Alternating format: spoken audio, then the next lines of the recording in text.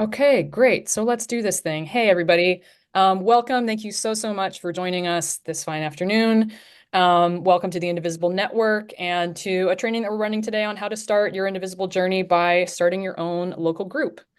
My name is Nora. I work on Indivisible's trainings team. I'm going to be joined in co-facilitating this training today with Ezra and Shay from the Indivisible team as well. Ezra, do you want to say hello real quick? Hey everybody, great to be here. I'm coming in from Austin right now, back home for Thanksgiving.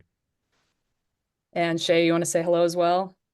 Hi, everyone. So excited to be here with you. I am in warm-ish again today, Florida.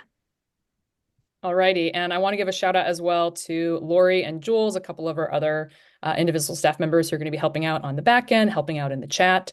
And speaking of chat, let me jump into just a little bit of quick housekeeping.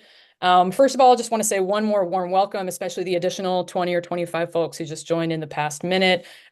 Wherever you're coming to this call from today in terms of context with Indivisible, maybe you've been on our mailing list for years, but this is the first event or call you've joined. Maybe you just learned about Indivisible last week. Maybe you're a part of an All In for Harris action team. Wherever you're coming from, just want to say welcome.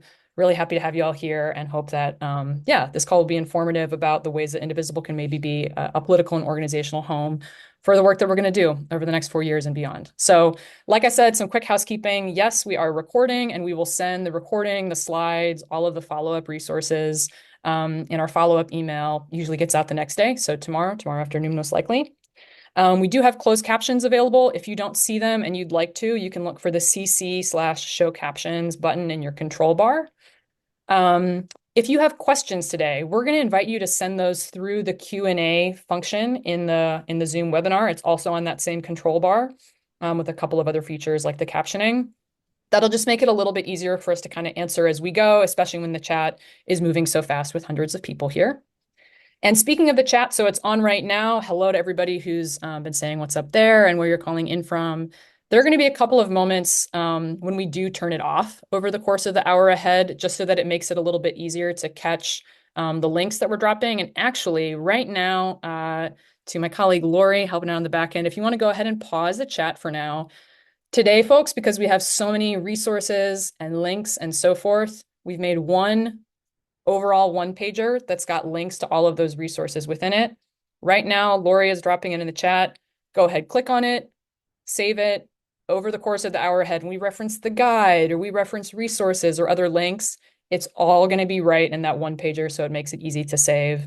And don't worry if you lose something. Like I said, we'll send it up in the follow-up.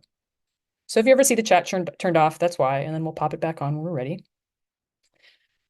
And otherwise, let me just walk through what you can expect for our time together today.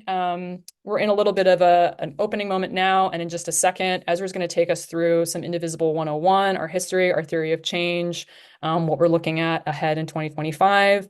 Shay's going to walk us through how to get your own Indivisible group going. I'll talk a little bit about the support that we have available for local groups. We should have a good chunk of time for some Q&A. So like I said, please send your questions in the Q&A function in Zoom. And then we'll close with some information about how to get in touch and a quick thank you. So without further ado, I think we can pop that chat back on for now. And Ezra, let me pass it over to you for Indivisible 101. Cool. Hey, thanks, Nora. And thanks everybody for being here. Great talking to a lot of folks who are digging in to try to figure out how they can build power now. I'm going to cover a little bit about Indivisible's history, why we formed, some of our theory of change to get you a sense of why is it that we do this thing called forming local groups and how do we organize together to actually affect change. And then Shay and Nora are going to take it away with some of the practical steps about how we get this done. So with that, why don't I cover a little bit about how we got here to begin with? So my background, I'm a former congressional staffer, don't hold that against me, but worked as an anti-poverty advocate for many years after working in Congress. My spouse, Leah, who's the other co-executive director of Indivisible, she also worked on Capitol Hill for a progressive member of Congress and then did anti-human trafficking work. And that's what we were doing when the 2016 election happened. You know, we would volunteer, we'd knock on doors during election time, but we were basically inside the DC Beltway advocates for different progressive causes. And then we lost the 2016 election, and that was terrible. We hosted one of the worst house parties we've ever had to watch the election results on 2016 election night. But Indivisible didn't start immediately after that. There were actually two events that really led to us to write the Indivisible Guide, which is coming up on the 8-year anniversary when we started because we were back home in Austin for Thanksgiving when we wrote it. So it was a blast from the past. But these two events were, one, there was an interview with a future Trump appointee in which he talked about the Japanese internment camps during World War II as a model for what to do with Muslims and immigrants and refugees. And that was shocking that that was a future appointee who was publicly describing the horrors that the new administration would bring. But that wasn't it. The next day, there was an interview with incoming Senate Minority Leader Chuck Schumer, who is, again, incoming Senate Minority Leader Chuck Schumer going into next year. And he gave an interview in which he said, well, we lost. Sometimes we lose. That's what happens. But we can work with the other side. We're going to reach out to Trump and maybe we can work together on infrastructure. So there was this terrifying moment in December of 2016, November of 2016, where it looked quite possible that America's near-term future in 2017 would be one in which we'd have all these new internment camps with well-paved roads paid for by bipartisan dollars. This sense that not only was Trump and the MAGA movement planning to do really terrible things, but that our leadership, the folks who should be fighting for us, weren't prepared to push back with everything they had. That's what drove us to write the original Indivisible guide. That's why we wrote it. And we wrote it to tell people, actually, you could just say no. You can just say no. That is a viable strategy. It works. And the reason why we were confident that it worked is behind this theory of change that we saw up close. When we were congressional staffers, there was this nascent minority party forming. It was called Tea Party at the time. They were bigoted, they were racist, they were more than conservative, they were reactionary, but they were organized and they used their organizing against us. Our own members of Congress who we worked for were confronted by local Tea Party members. So you could say that we were anti-inspired by the Tea Party. We saw their impact up close when we were congressional staffers, and we saw what they did quite well. Putting aside their ideology, putting aside their violence, putting aside their racism, what they got right, they organized locally, they focused on their own electeds, and they played defense. They tried to never give an inch. Now, they didn't succeed in entirely taking down the Obama presidency, but they slowed a lot of stuff down, and they did succeed in stopping a lot of stuff. That's what led us to actually write the Indivisible guide and say, hey, we can organize locally. If this incompetent, bigoted minority in the form of the Tea Party could limit Obama, we can organize in our own communities to stop a wannabe tyrant named Trump. That was the logic of the original Indivisible guide. And we put it out in the world. We wrote it, we put it up as a Google Doc, and we said, hopefully this is useful. And then a lot of people read it. And actually, I think we had a little video from somebody early on who read it and then covered that. Is that the next slide? Yep, I'm just going to switch Good. tabs here real quick.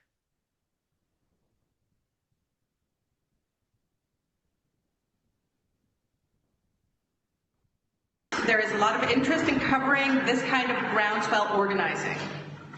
So great job today. Effective? Yeah, read Indivisible. It really works. Read Indivisible. It really works. What is Indivisible? This is Indivisible. This is kind of, I think, it's kind of the secret sauce that explains what is bubbling up as what may be the start of the anti-Trump movement. It's called Indivisible, and you should know this is out there because if there is going to be an anti-Trump movement in this country, particularly one akin to the kind of anti-Obama movement that afflicted the last presidency at the outset of their time in Washington, if there is going to be an anti-Trump movement, I think right now this is going to explain a lot about what its early stages looked like over these next couple of weeks. This started as an online Google document last month. It has now evolved into this slim little 25-page organizing guide. It's not a complicated thing. It was written, interestingly, by former congressional staffers, basically advising people all around the country who are anti-Trump for whatever reason that they should learn from the tactical success of the Tea Party as they went up against Barack Obama. I'm going to quote from the guide here. The authors of this guide are former congressional staffers who witnessed the rise of the Tea Party. We saw these activists take on a popular president with a mandate for change and a supermajority in Congress. We saw them organize locally and convince their own members of Congress to reject President Obama's agenda. Their ideas were wrong, cruel, and tinged with racism, and they won. So the reason I'm talking about this tonight, the reason we're going to talk about one of the authors of this guide in just a moment, is because this has not really been cooking openly, right? In the Beltway media and on cable TV news and on places we usually look for news about politics. It has really been cooking online where it has taken off. It has already led to hundreds of local groups being sort of registered online around this idea and springing up all over the country. I think that's in part because this is very practical. It makes the whole idea very easy. There's, for example, this is a sample call script for what you should say, how you should expect it to go when you call the office of your member of Congress to complain about something. I mean, there's very, very practical information. Should I bring a sign to my member of Congress's town hall event? Should I bring a sign? Answer.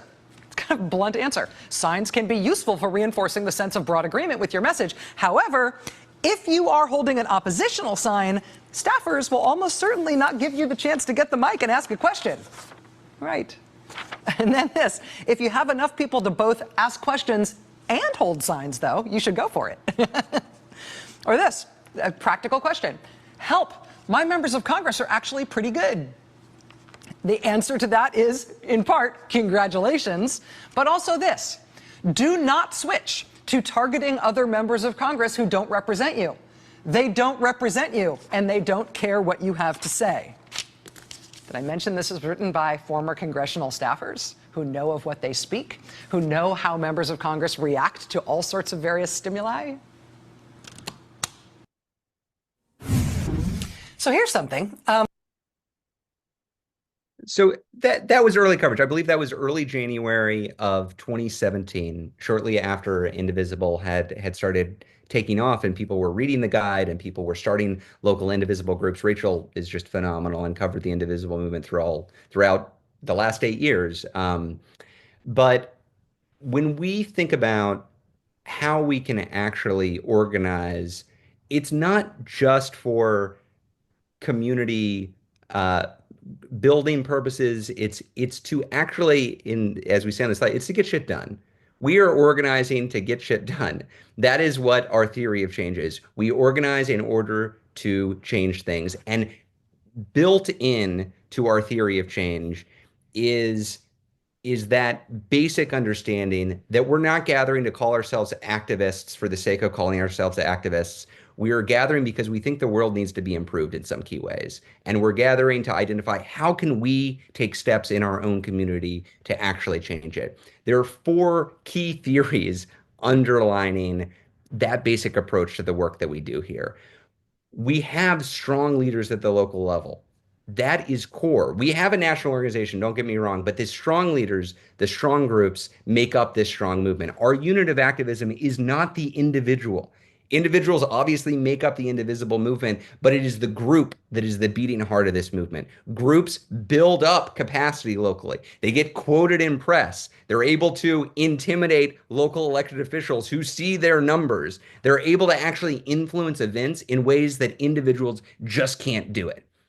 Now, the second piece, autonomy and collaboration. All of the thousands of local Indivisible groups are autonomous. They're independent. They are led by people who wake up in the morning and decide, hey, this would be a smart campaign for us to participate in. And then you go and do it. This is not owned and operated from the top. It is owned and operated from the bottom up.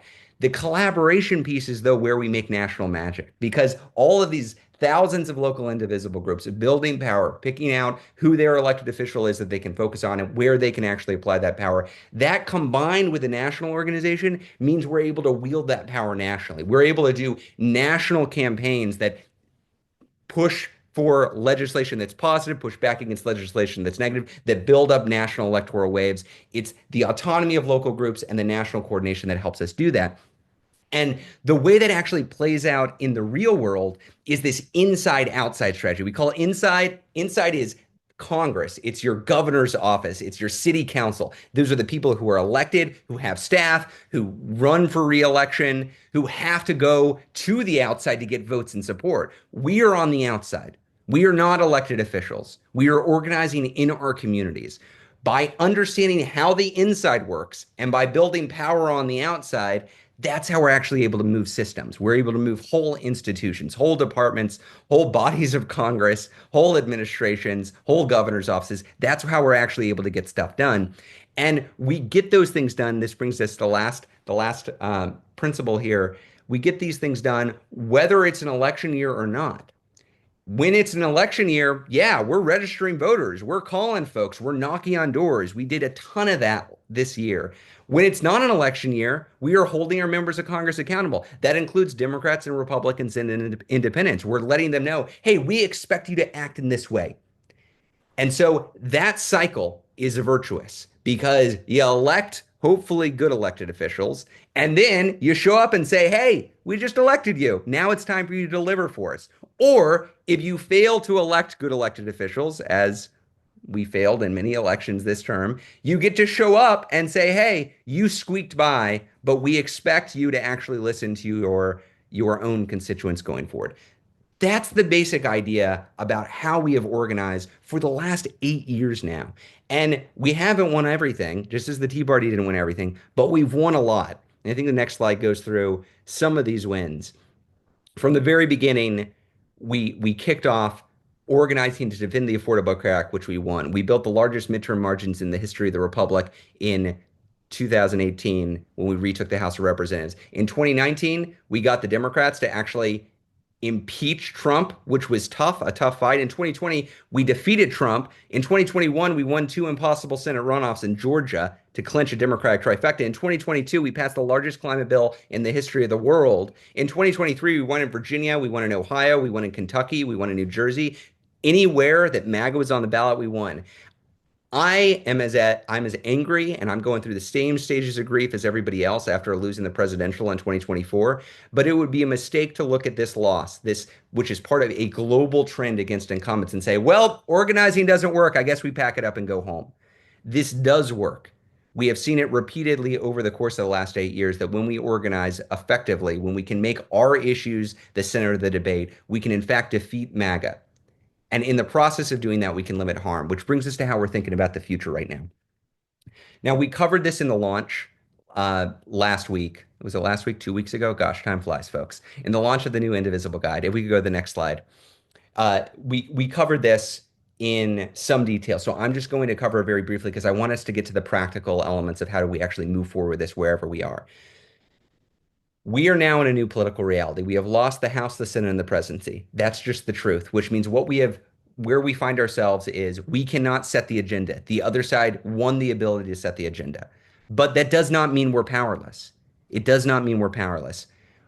In the new Indivisible guide, we set a set of strategies and the goals that we hope to achieve by implementing those strategies. There are three main strategies. One, we want to fight back against Project 2025 in all of its forms at the national level. So that means killing bad bills and administrative actions where we can. It means slowing down bad legislation where we can't outright kill it. And it means making sure that vulnerable members of Congress who are supporting deeply unpopular agenda over the next year or two, that they own the consequences for that. So when we head into the 2026 midterms, they have to answer for what they've done.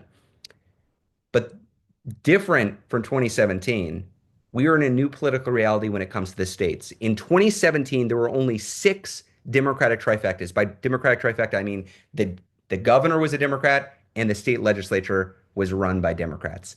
6 Democratic trifectas in 2017. Headed into 2025, we have 15 Democratic trifectas. 15. That is an enormous, enormous distribution of power from the feds to the states. And those states, they ought to be proactive. They ought to not just be playing defense and waiting to see what comes. They should be proactively pushing. I want to see Democratic attorneys general coming out and trying to outdo each other across these Democratic blue states to figure out how they can protect their residents. I want to see Democratic governors and state legislators figuring out, oh, no, we're the best state that is fighting back against MAGA. No, we're the best state that's fighting against MAGA. We have the power to push in these states. So if you're in Massachusetts or Illinois or California or Oregon or Washington, my God, what a huge opportunity you have over the next couple of years to really take action.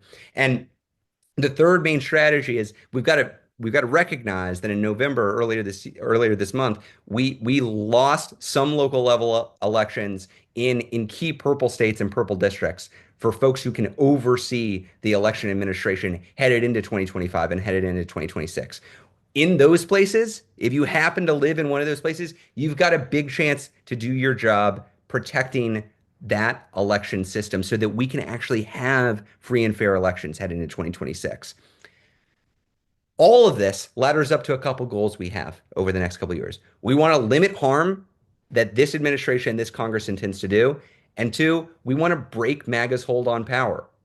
That's simple. It is short term. It's not everything. It's not saving the world. This is how, over the next 2 years, can we fight to live another day? That is what we are doing together. It's not going to solve everything, but it's something that is practical within our reach to do. And it all comes down to, where do you have power? Where do you have power? Some of us have members of Congress who won't listen to us at all.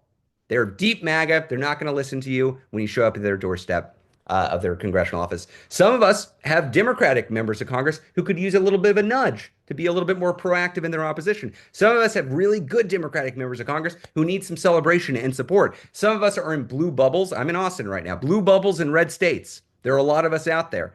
We've got city council members. We've got mayors who can actually proactively fight back. Some of us are in red counties in blue states. We can help statewide. Some of us are deep red and rural, and we can show up and tell the story of what's happening in our community, that this agenda is reaping on residents of our state, of our communities. And that gets to the main takeaway from the guide is, you ought to be organizing locally wherever you are, but you should be focusing your energy on where you have leverage. Where can you actually affect change? That's what the guide is all about, trying to identify the first steps so you aren't just gathering as a group for the sake of gathering as a group. You're gathering as a group for the sake of identifying what can you actually improve? What can you actually do to make a difference? And the last thing I'll say, sorry, Shay, I've gone too long. The last thing I'll say before I pass it on to you is, regardless of what your local political geography looks like, whether it's blue state, red state, purple state, rural area, suburban area, ex-urban area. It should be the next slide. You can be organizing everywhere, but because what we know is that the strategy that MAGA is going to put forward on their side is a divide and conquer strategy. They are going to focus on trans kids. They're going to focus on immigrants. They're going to focus on Black communities. They're going to focus on refugees. They are going to systematically try to identify folks who they can say, those are other. Those aren't real Americans. Those don't count. We don't have to care about them.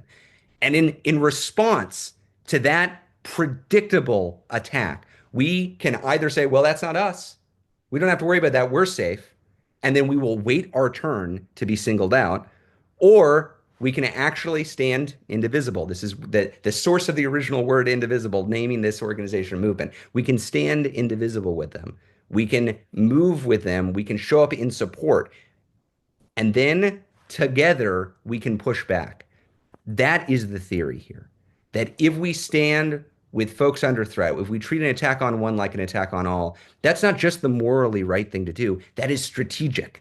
That is strategic. It helps us build power, and it ultimately helps us take back power from them. And that could look like political activities like we just said, or it could look like mutual aid. It could look like telling stories. It could look like building alliances and coalitions at the local level. There are a lot of ways to do that regardless of where you are. But it all comes down to not just you acting by yourself in your home. It comes down to you in your community forming a local group to organize that power, which is why we're all here. And I'm going to pass it on to Shay, who's going to push us forward into practically what we can do. Thank you, Ezra. As we take a minute and transition, we're going to turn off the chat just for a second and re-up the one pager with all the resources, because as I go through this next section and Nora goes through theirs, there's going to be a lot of things you'll want to reference there or keep to come to after. So in this next section, we're going to talk about the literal, how do you actually get your Indivisible group going? We'll talk a little bit about why you should register your group, some of the principles and values that we hold and that we expect all of our groups to hold. We'll talk about things that will be helpful for you to know going into it, things that you can learn so you don't have to be worried about having all of the answers immediately, and some basics and logistics for moving your group along and your first meeting. So we'll jump into the why first. Why formalize your group? Groups are the core of how we fight for the next few years. And this is how you do your part. We need you in this fight. We need to know where all of our folks are. We need to build coalitions. We need to build collaboration amongst groups. We need to be coordinated. And this is how we do that. You get access to strategy staff, financial support, press, resources, and more. And don't worry, there's actually an entire section about this that Nora's going to go over in a little bit to dive into more detail about those specific programs that we have. And you become part of the national network of like-minded people building power. Remember that whole theory of change thing we just talked about? This is how we do that. This is how we make connections. This is how we collaborate. This is how we build power and utilize all of the grassroots efforts that we have going into this. So some of the principles that we hold for our groups, we can go to the next slide. When you register your group, you agree to these core principles. Most of these, I imagine people assumed already because Indivisible has always championed progressive values, but we just want to make sure that we're really clear upfront about some of the expectations that we hold. The first one is that you agree to remake our democracy. We recognize that our democracy was rigged from the start in favor of white and wealthy, and we are actively working to realize a shared vision of a real democracy. Embrace progressive values. We model inclusion, respect, and fairness in all of our actions. And that's not just internal to all of our Indivisible work. So that does include like your group meetings, your group events, but it also includes things outside of that when you're in coalition spaces, when you're working with partners. Coordinate and collaborate. Again, we're going to say this over and over and over and over again. Partner with other Indivisible groups on advocacy, work with them on elections, national campaigns. We're going to build partnerships with other organizations, and then continue to build strong and strategic movement. We're going to focus our efforts to maximize our impact on winning policies, winning elections, state, local, and at a federal level. We can go to the next slide.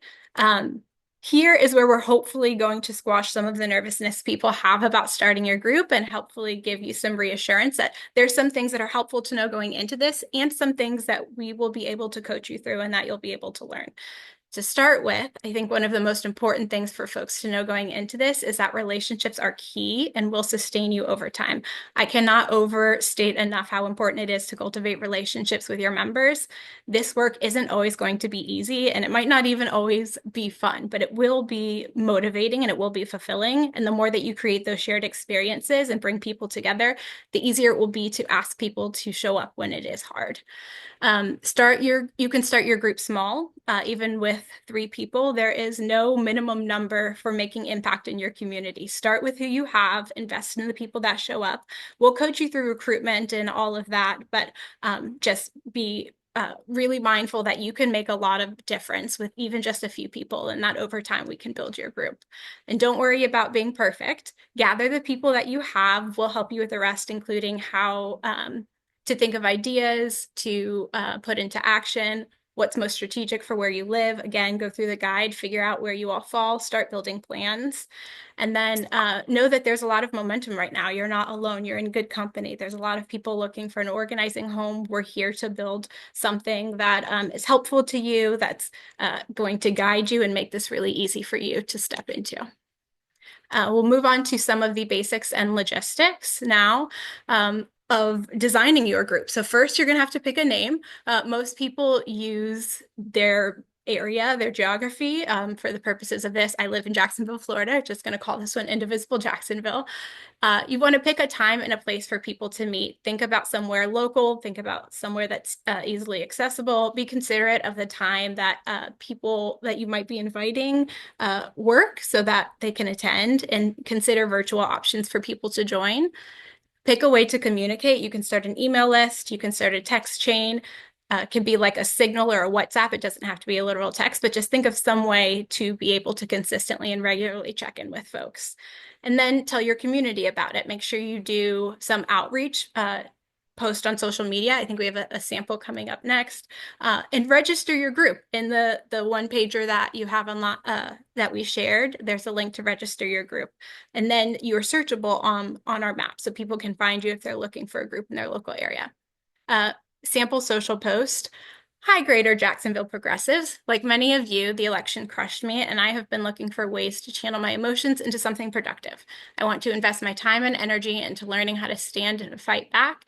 And I know I'm not alone. So I've decided to start a local Indivisible group, and we're going to have our first meeting this weekend. Please join me if you're interested. With contact information. Who is the group? Indivisible Jacksonville. Where are they meeting? Shay's Coffee Shop, Coffee and Candy Shop, and Another Life. I own that for real. And questions, contact Shay at hint. This is my actual contact information here, but put something together that you can share, that other people can share, so people in your community have a chance to find you. Register your group so you're searchable online. Send this out in emails if you have that. Send it in text to people that you know are looking for ways to channel their energy. Just make sure that you get the word out and you start trying to recruit people. Go to the next slide. Your first meeting. After you pick a date and a time and a location, again, invite people, send it out, text it to people, have them text it to people. Key parts of your first meeting are getting to know each other, talking to each other, figuring out why they're there, what their interests are, using that as you read the guide to figure out where do you live, what is the interest people have, where is the impact you can make, what should your work look like going forward, and commit to meeting again. Set another time for people to come. Set a backup time for people that weren't able to make it the first time. Consider virtual options for people to engage or record discussions about direction that you want to take, conversations about the guide. And then in that same one pager, there's some resources about how to structure your first meeting and some of the tools and resources you can use to help shape your meeting and inviting people back again. Next. Oh, next I'm passing it to Nora.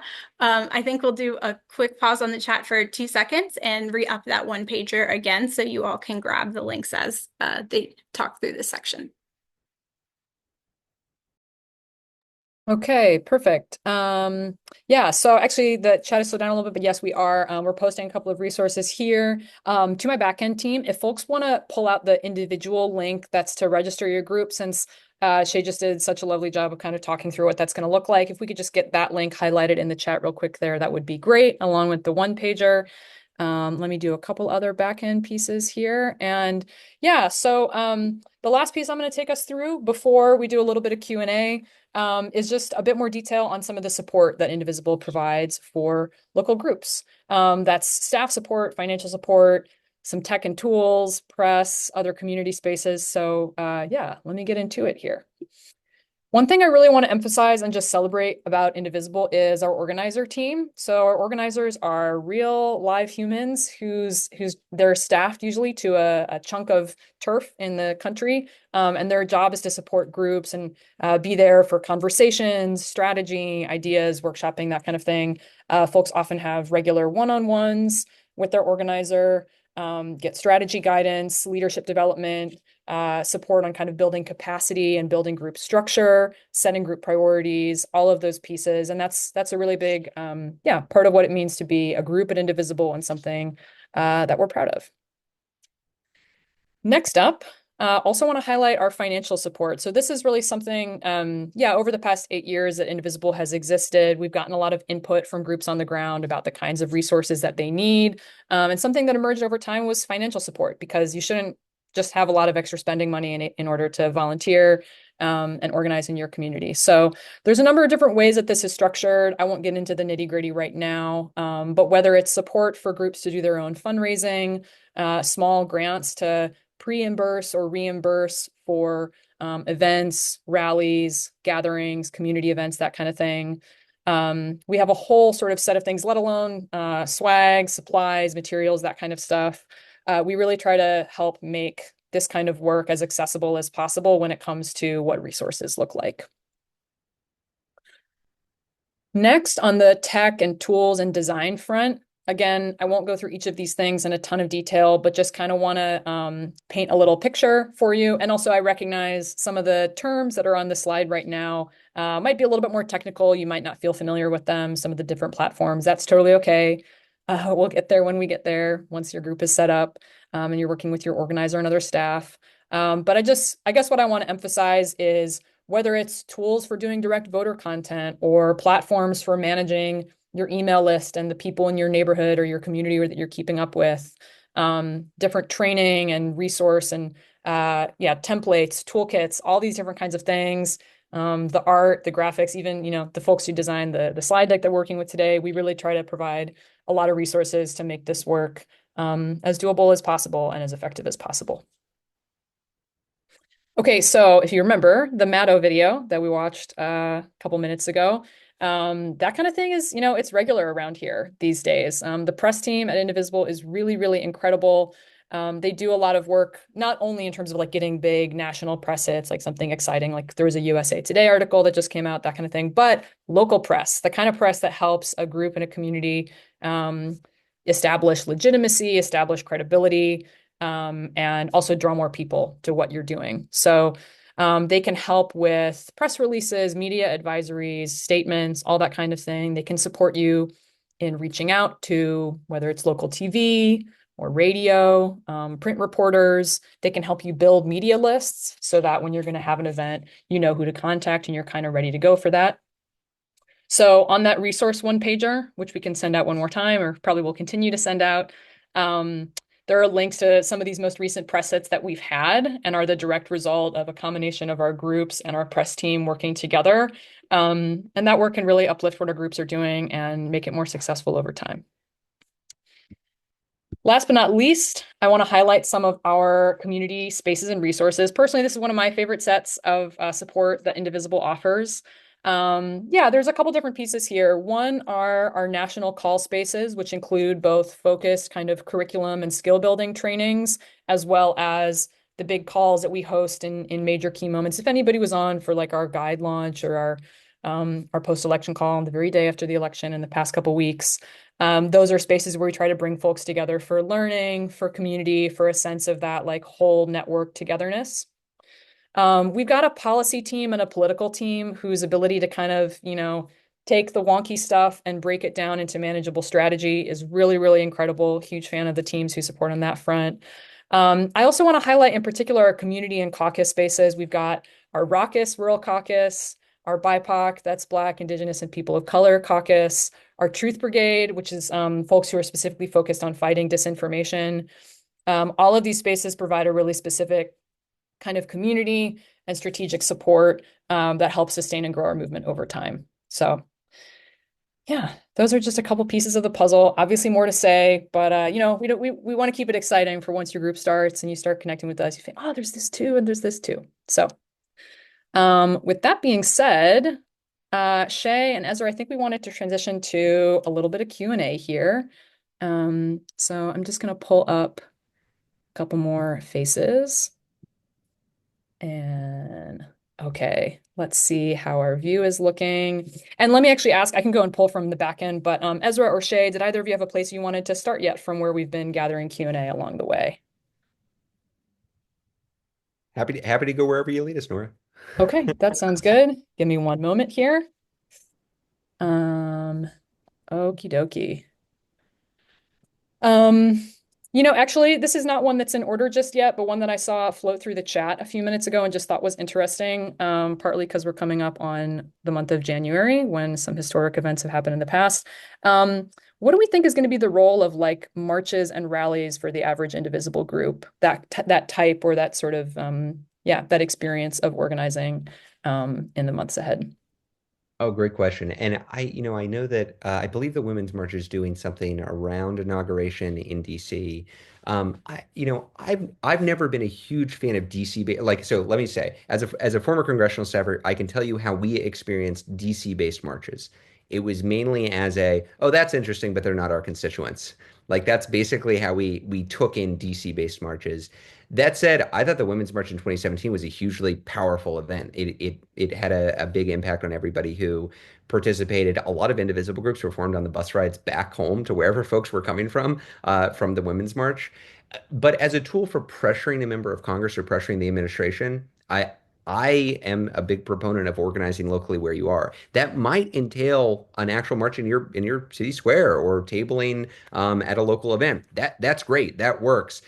You don't need to travel thousands of miles away to make your voice heard. You really don't. You by virtue of the structure of our democratic republic, you've got two senators and one representative who represent you in DC, and they have congressional district offices near where you live, right nearby. So you can show up there.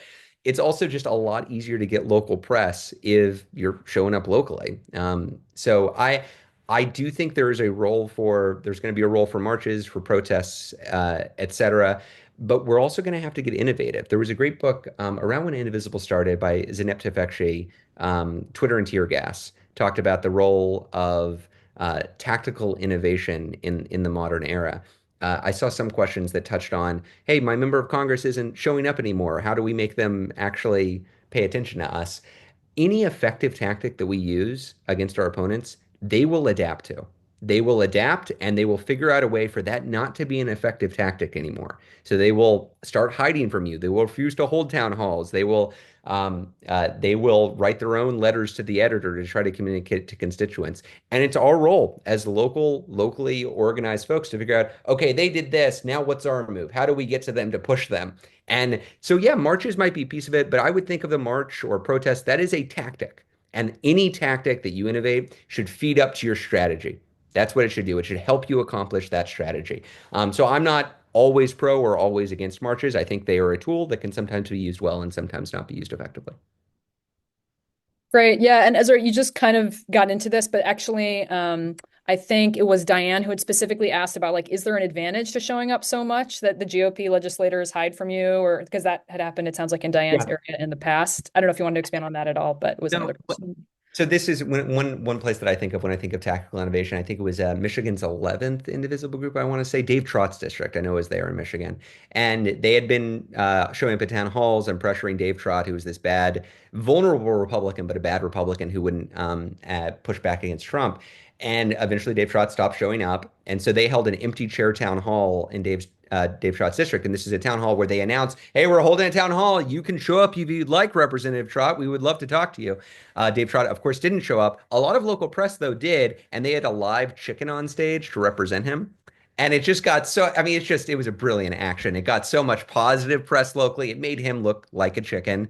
And so I do think a totally viable strategy is to show up publicly wherever your vulnerable member of Congress is showing up to push. When they stop showing up, publicly pressure them to show up because it does not look good as an elected official to refuse to show up in public. That looks bad. It makes you look cowardly. It makes you look like you're not representative. So that it is a totally fine strategy to push your local Republican, Democratic, Independent elected in that direction. I would say if you've got a deep red MAGA member of Congress, they probably don't care what you think. That's just the reality. They're not going to change their behavior because they are more scared of Trump and the MAGAs coming at them if they refuse to back Trump up than they are of you or Democrats or independents voting them out. And so this is where we get to, you really got to focus on where is your leverage. If you've got somebody in a super safe Republican district who represents you in Congress, that's probably not where your leverage is. You should look to your city council, your mayor, your governor, your senator, somewhere else. But identify who is pushable and then focus there. Great. Thank you so much for that. So I'm going to pivot a little bit to a couple of questions that are a little bit more about kind of logistics of forming a group, not to minimize them as logistics, because actually sometimes this stuff can really matter a lot and impact how effective it is. And maybe Shay, if you want to jump in on some of these. One is, so obviously the Indivisible movement has been around for a minute now. We've got thousands of groups. If folks are considering like whether or not to merge with a nearby group or try to connect with that, or what to do if there's technically a group in your area, but it's a little defunct, a little inactive, maybe it's just a Facebook group, kind of considerations around, just if there's already a little bit of, Indivisible infrastructure in the area and starting a new group versus joining forces. Why don't I start with that? And then I'll maybe build on that. Yeah, for sure. There's a couple different ways to go about that. I think if there's another local group there and you've had no interaction with them, reach out, introduce yourself, tell them you're interested, see what they're doing, see if it fits the goals that you have a conversation about tactics and strategies, expertise people have, and if it makes sense for you to join their group or to start another group.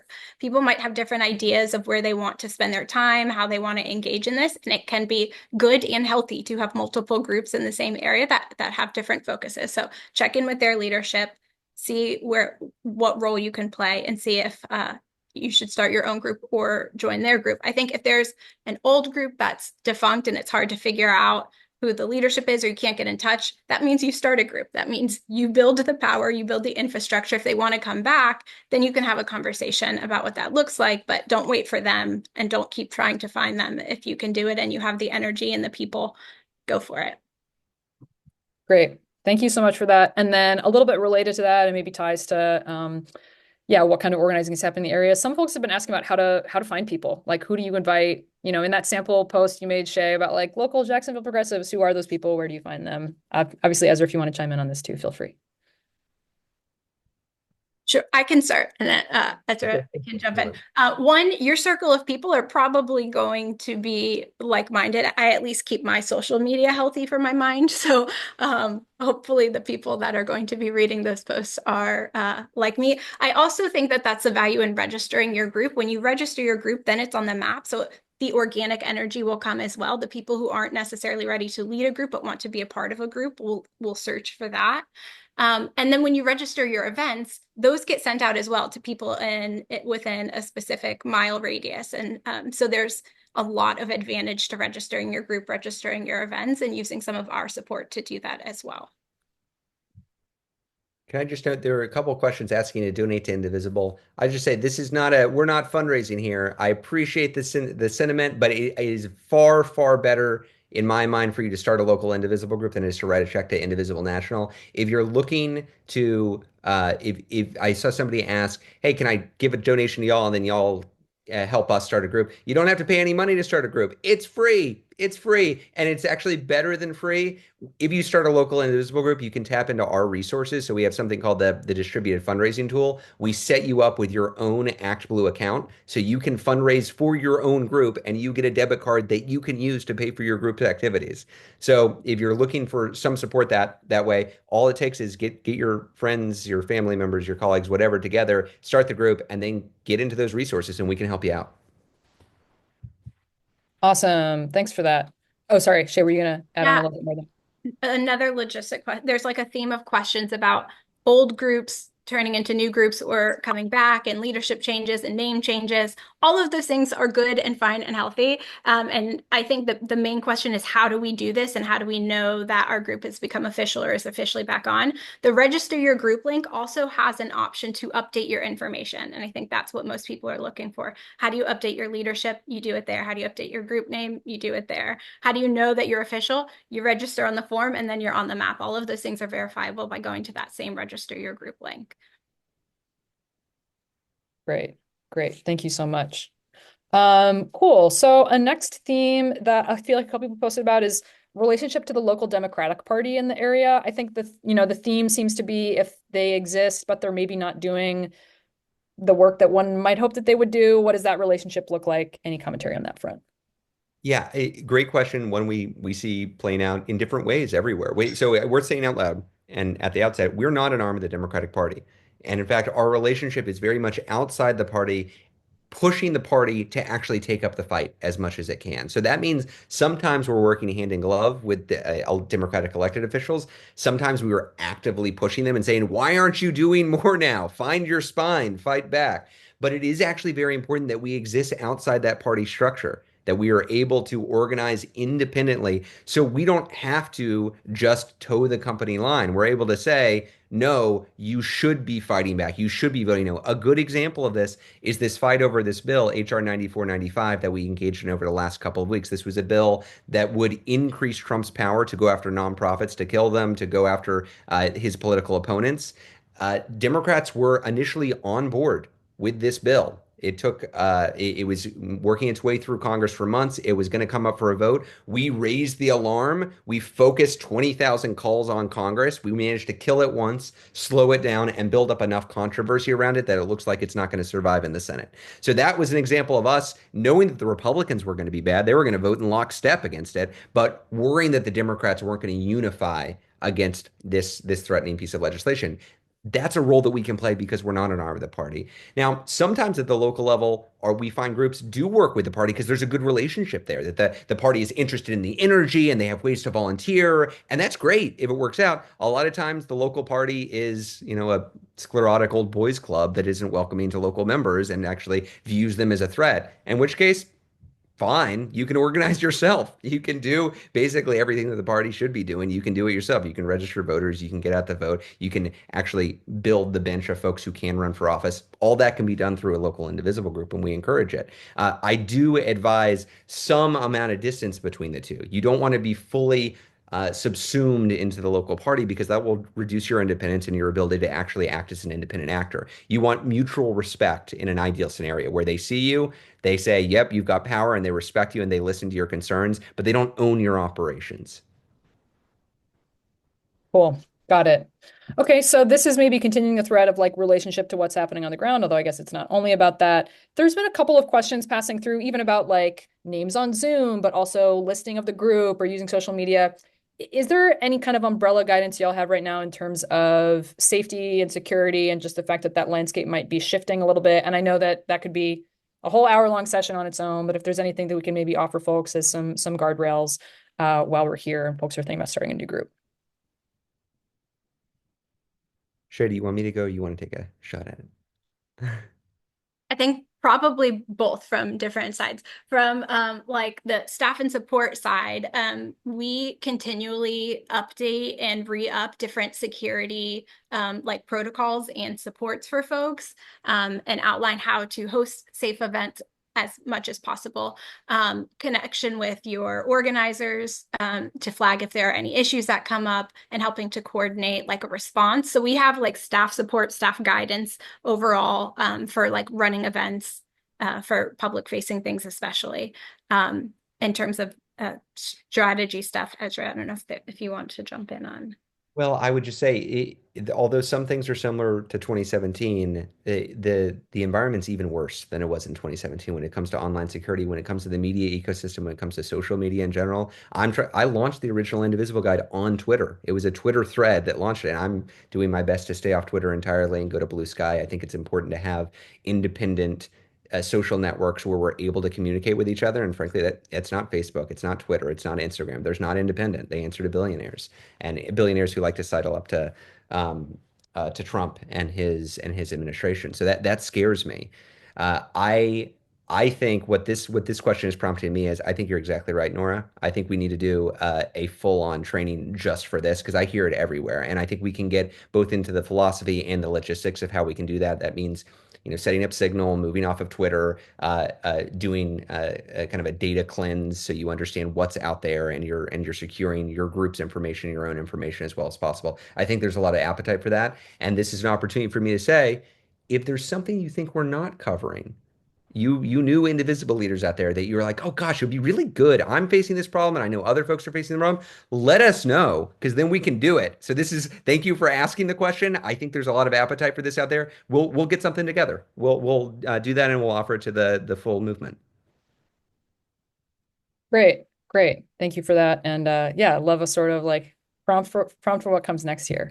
So okay, I feel like I had the next one queued up and then got distracted focusing on the answer for a second there. Shay, did you want to chime in on something? Yeah. Yeah, there was one I want to address. Ashley asked, do you have tips for introverts? I want to help. There's no group near me, but people are tiring. I love that question. I feel that. So if you are not in a position to like start a group and run a group and there is no group near you, that's the beauty of like all of the other ways that you can plug in here. We have those community spaces. If you want to do rural specific work, join the Rural Caucus. There are ways to take action there. There are strategies and educational options there. The BIPOC Caucus, other community spaces. We have Truth Brigade if you're interested in fighting disinformation. And then we have these get developed based on what the need is and what's happening and how we need to respond. But there are going to be campaigns that come up through the year, and we'll push calls to action and times to engage nationally that you can do as an individual. So there is a space for you here, even if you are not a member of an Indivisible group and you are an introvert and just want specific actions to take. There are different communities you can join, different ways that you can still continue to learn. We run a lot of different education series and trainings to develop skills, and then a bunch of different calls to actions that you can participate in as an individual. So there is a space for you here still. Great. Agree. Thanks so much for that. So, okay, we've got about 5 minutes left here. Maybe I'll just offer one more and then we can do a little bit of just recap and closing what's next. Okay, you all can pick. I've got two for you. One is thinking, oh, it always does the funny Zoom thing when you, okay. Great. We'll take the Zoom balloons. One is thoughts on local elections, especially in red areas, especially ones that might be coming up as soon as next spring. Is that something that it makes sense for Indivisible or brand new Indivisible groups to work on? And then there's also been a few questions for folks who are like just really surrounded by a lot of MAGA folks in their community, and maybe a consideration of whether it's worth trying to communicate across those lines of ideological difference, bring people over to our side, or just, I'm thinking of, I think it's Michael who said, writing in from the middle of Falwell country, just some perspectives on being in that context. Well, I can take a quick whack at both. Like one, local elections, by all means, that is such a great way to start out organizing because it is achievable in the short term. It's a small enough scale that actually a relatively small indivisible group building power over the course of a few weeks could actually impact the result of that city council race or that other local level election. So I think that is a great target. This hits on, this would be an answer to find your leverage. If you have a city council race or a local level election where it's coming up, my God, you have such great leverage there, and leverage that folks who don't happen to live in that community, they just don't have. So great question. And I hope folks are thinking in that way about all of the actions that are going to take it. Oh, we have a bill going through Congress, but my member of Congress is going to vote for it, and there's nothing I can do because it's cheap bread. Okay, great. Don't focus on that. You can't impact that. But you got a city council race. Awesome. Or the governor is convening some meeting about what they can do to fight back against Trump. Awesome. You can implement, you can fight back in that way. So that basic framework in your head of like, can I actually influence this in some way? Is there a realistic way that I can impact this based on what I know about the elected that's taking action? That is a great way to think. And in terms of deep red country, look, I'm from rural Texas. I grew up where the word Democrat was a bad word. I love talking with indivisibles who are organizing either in rural or red areas. What I would say is we are not going to win back power if we simply just organize the exact same people. I mean, Donald Trump did not win a majority of the popular vote, but he won a plurality of the popular vote. He won 49.8% of the popular vote. I am skeptical that our future majority rests on bringing MAGAs over to our side because I do think he's got a core of support in the millions that are legitimately in favor of Project 2025, legitimately in favor of a proto-fascist administration. And it's going to be very difficult to have those folks come over. I'm from Texas. Leah's family is from Alabama. We have a lot of folks in our family who are deep red conservatives, and we've spent holidays with them, and they are lovely human beings who are positive that Hillary Clinton personally murdered people.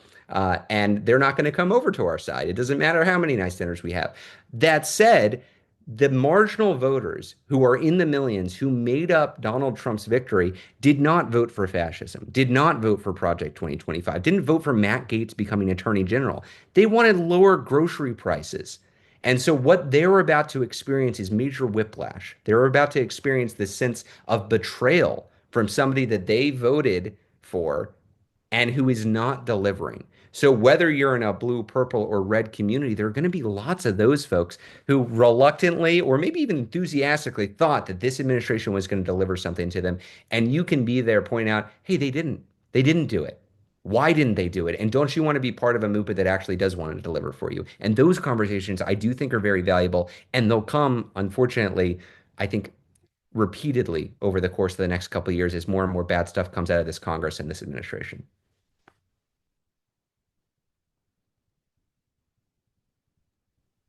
I will just add that we've included in the resources page a link about sharing your story. I think the more that you get comfortable talking to people and engaging with people and talking about impact for you and the people around you, that's how you start to make connections with other people. That's how you start to grow the coalition.